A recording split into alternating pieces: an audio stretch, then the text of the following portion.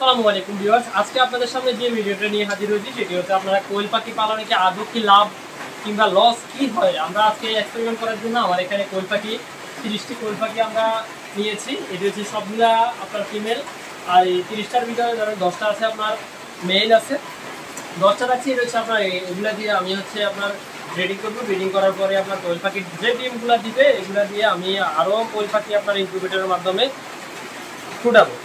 তো আপনারা আসলে একটা কোয়েল পাখি দৈনিক কত গ্রাম আপনার খাবার খায় সেটা আপনি হিসেব করতে হবে। কোয়েল পাখি হচ্ছে একটা পূর্ণাঙ্গ প্রাপ্তবয়স্ক কোয়েল পাখি আপনার 25 থেকে 30 গ্রাম আপনার খাবার খায়। 25 থেকে 30 গ্রাম হচ্ছে আপনার এটা দৈনিক আপনার যদি হিসেব করা হয়, একটা কোয়েল পাখি যদি দৈনিক 25 থেকে 30 গ্রাম খাবার খায়, দৈনিক 100 কোয়েল পাখির জন্য আপনার প্রায় 2.5 কেজির মতো আপনার খাবার প্রয়োজন 100 পিস কোয়েল পাখির জন্য। তো 100 পিস কোয়েল পাখি হলে আপনার যদি প্রোডাক্টিভিটি যদি আপনার যদি ভালোবাসে, কোয়েল পাখির যদি ডিমের রেটটা যদি ভালোবাসে, তাহলে আপনার সেই কোয়েল পাখি দিয়ে আপনি লাভবান হতে পারবেন। কীভাবে আমি আপনাদের সামনে সেটি বলবো। ধরেন একটি কোয়েল পাখির ডিম হচ্ছে আপনার যদি পাইকারি বিক্রি করতে চান এখন আছে 3 টাকা।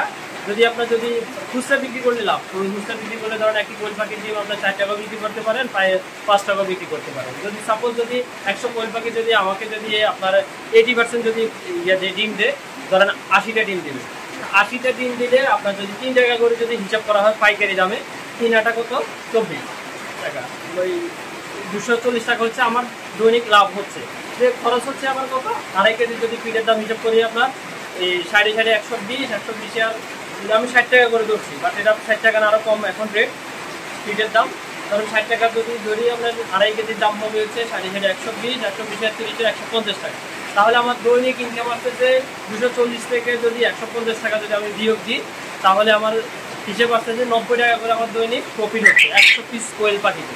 তো অবশ্যই যদি সুস্থ থাকে, যদি ভালো থাকে, যদি ভালো থাকে কোয়েল পাখি আপনার পারলে আসলে লাভবান হতে পারবেন, লসের কোনো ফ্যাক্টর নাই। যদি রোগ আক্রান্ত হয়, যদি আপনার কোয়েল পাখিটা যদি না মারা যায়। তো সবাই ভালো থাকবেন, সুস্থ থাকবেন। পরবর্তী ভিডিওর জন্য আমার এই চ্যানেলটি সাবস্ক্রাইব করবেন, এবং কি আরও নিত্য নতুন যদি কোয়েল পাখি সম্বন্ধে যদি ভিডিও চান তাহলে আমাকে ফলো দিয়ে রাখতে পারেন, এবং কি আপনারা কমেন্টে জানাতে পারেন। ধন্যবাদ।